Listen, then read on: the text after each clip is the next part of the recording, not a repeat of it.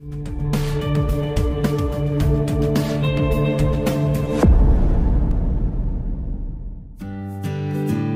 pendengar RRI dan juga sahabat kreatif serta pemirsa RRI Net. Masih bersama saya Suryo Abimaruf dan di Belajar di RRI kali ini kita berada di depan PKBM Anak Mandiri, tepatnya di area Umbul Harjo, Yogyakarta. Buat yang pernah ke Yogyakarta pasti tahu jalan di sini ya.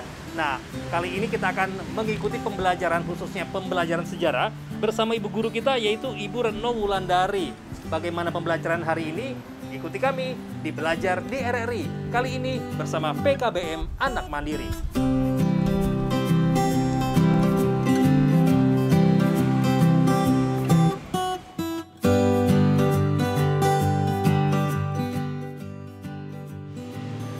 Baik pemirsa RRI Net dan juga pendengar Radio Republik Indonesia di seluruh tanah air. Sekarang kita masih ada di PKBM Anak Mandiri. Harapan ke depan kita mungkin juga bisa melihat dan juga mencari tahu lebih banyak nih, serta mengikuti pembelajaran hari ini bersama Ibu Guru Retno Wulandari ya Bu ya. Hari ini pelajarannya apa nih Bu? Kalau ini saya sejarah. Tentang sejarah. Nah, peminatan. baik. Untuk Anda, pendengar dan juga pemirsa RRI Net, langsung saja kita mengikuti pembelajaran hari ini di program Belajar di RRI tentang belajar sejarah. Kita ikuti bersama Ibu Retno Bu ya. Silakan Bu Retno. Baik, Assalamualaikum warahmatullahi wabarakatuh. Oke, selamat siang semuanya. Semuanya sehat ya di sini ya? Oke, baik. Udah siap nggak pelajaran hari ini? Kalian penasaran nggak apa yang akan kita pelajari hari ini? Ayo, ada yang penasaran nggak? Oke, nanti simak aja ya. Baik, saya mulai. Jadi hari ini kita akan belajar tentang sejarah peminatan. Jadi di sini kan kalian mesti bertanya-tanya, kok sejarah tuh selalu selalu diungkit sama orang atau selalu istilahnya selalu dibicarakan. Kenapa sih sejarah ini penting di dunia? Selalu menjadi sorotan. Nah, khususnya di Indonesia ini. Jadi kalian wajib mengetahui tentang sejarah. Kalau sejarah di Indonesia itu kita nggak terlepas dari proklamasi atau kemerdekaan Indonesia. Kapan kita merdeka? Kapan? Ada yang tahu? 17 Agustus. Tahunnya berapa? Oke, baik. Pintar sekali. Oke, baik ya. Bagus.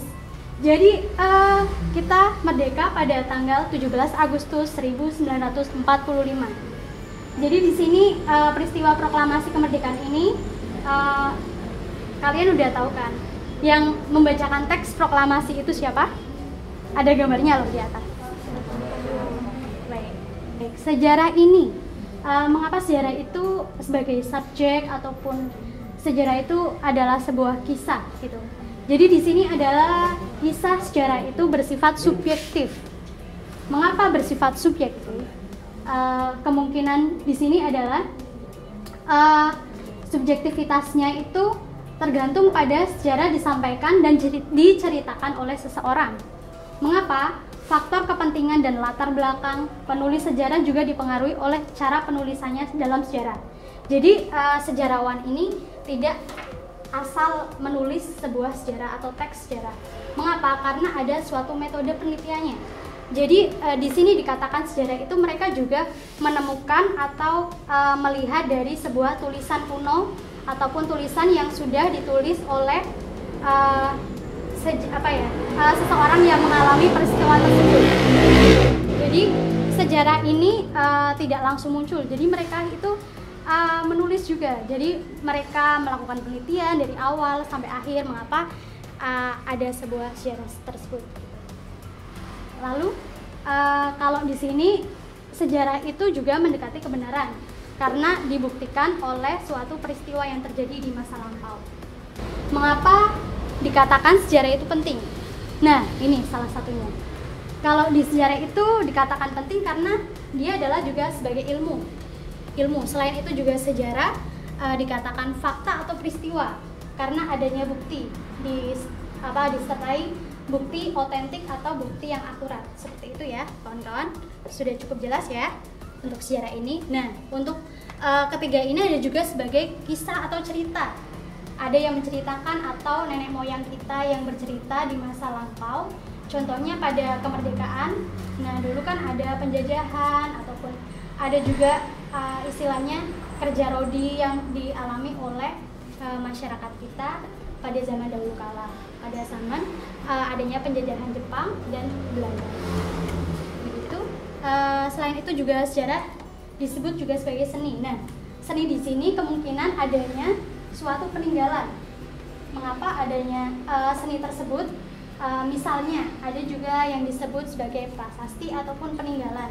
Nah, itu peninggalan tersebut bisa diceritakan oleh generasi-generasi selanjutnya dan itu akan menjadi sebuah seni yang berkembang. Seringkali kita mendengar ungkapan belajar dari sebuah sejarah.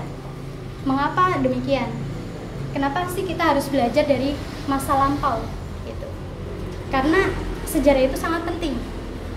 Adanya juga kemiripan peristiwa sejarah yang pernah terjadi pada masa lalu dengan peristiwa sejarah yang sesungguhnya seharusnya membuat kita lebih bijak gitu. Jadi setelah kita melakukan kesalahan contohnya ya, itu juga bisa disebut sebagai sejarah perlakuan kehidupan kita. Nah, untuk demikian, jadi sejarah itu harus kita pelajari dan untuk membuat kedepannya itu lebih baik lagi gitu. Misalkan kita melakukan kesalahan di masa lampau, otomatis di masa sekarang kita juga harus memperbaiki hal tersebut. Nah, itu mengapa kita harus belajar dari sebuah sejarah. Mengapa ada sejarah tadi yang saya sampaikan, mengapa kok ada sejarah? Karena juga ada bukti yang menyertakan hal tersebut. Salah satunya itu ada notulen rapat. Kemungkinan di masa-masa lampau itu ada seseorang yang menulis kegiatannya di buku atau kegiatan-kegiatan masa lampaunya secara berkala. Selain itu juga ada sumber lisan. Nah, sumber lisan ini dari seseorang yang mengalami peristiwa tersebut. Itu bisa kita wawancarai atau bisa kita jadikan sebagai narasumber. Nah, itu nanti kita bisa tahu mengapa sejarah itu terjadi. Terus selanjutnya ada catatan pribadi. Catatan pribadi ini itu biasanya itu kayak diary ataupun seseorang yang sering menulis kisahnya di sebuah buku tulisan. Makanya kita bisa mengetahui adanya suatu sejarah seperti itu juga. Dan selain itu sejarah merupakan hal yang sangat berkenaan dengan peristiwa masa lampau yang tadi saya jelaskan juga. Ada juga sumber-sumber sejarah berdasarkan bentuknya ataupun sejarah berdasarkan bahan atau berdasarkan juga urutan peristiwanya seperti itu. Baik pemirsa RRI Net dan juga pendengar Radio Republik Indonesia di seluruh tanah air. Kita masih ada di PKBM Anak Mandiri di Yogyakarta nih ya. Daerah mana nih, Mbak? Nah, kalau di sini Umbul Harjo sih. Di kawasan Umbul Harjo, yang pernah ke Yogyakarta pasti tahu daerah sini ya. Nah, tadi di sesi pertama kita sudah mengikuti pembelajaran sesi 1 untuk pelajaran sejarah. Mungkin bisa diceritakan sendiri, Bu Rono, apa sih kesulitannya untuk mengajar di PKBM Anak Mandiri ini? Oke, baik. Kalau kesulitannya sih sebenarnya lebih apa ya?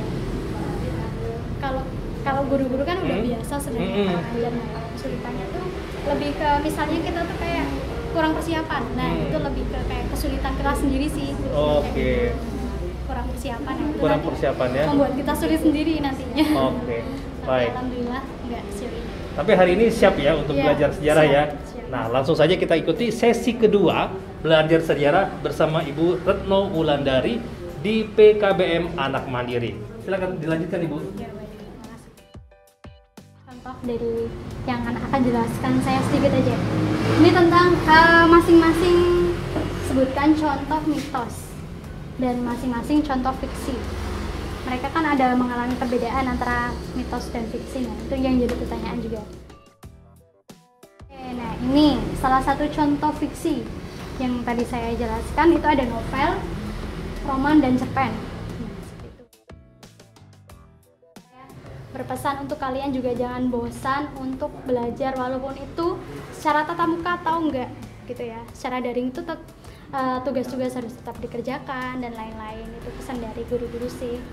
Itu agar membuat kalian gak bosan belajar sebenarnya. Walaupun dengan cara yang ada yang membosankan juga caranya, kan begitu sendiri-sendiri ya. Tapi kita kembali lagi untuk menjadi anak yang baik, nah kita harus juga mengikuti pelajaran oleh guru-guru gitu. Kita harus menghargai jadi para ayahnya gitu. Jadi kita harus menghargai guru-guru. Baik, begitu aja. Terima kasih. Baik, saya tutup kelas hari ini ya dengan bacaan hamdalah bersama-sama. Alhamdulillahirobbilalamin.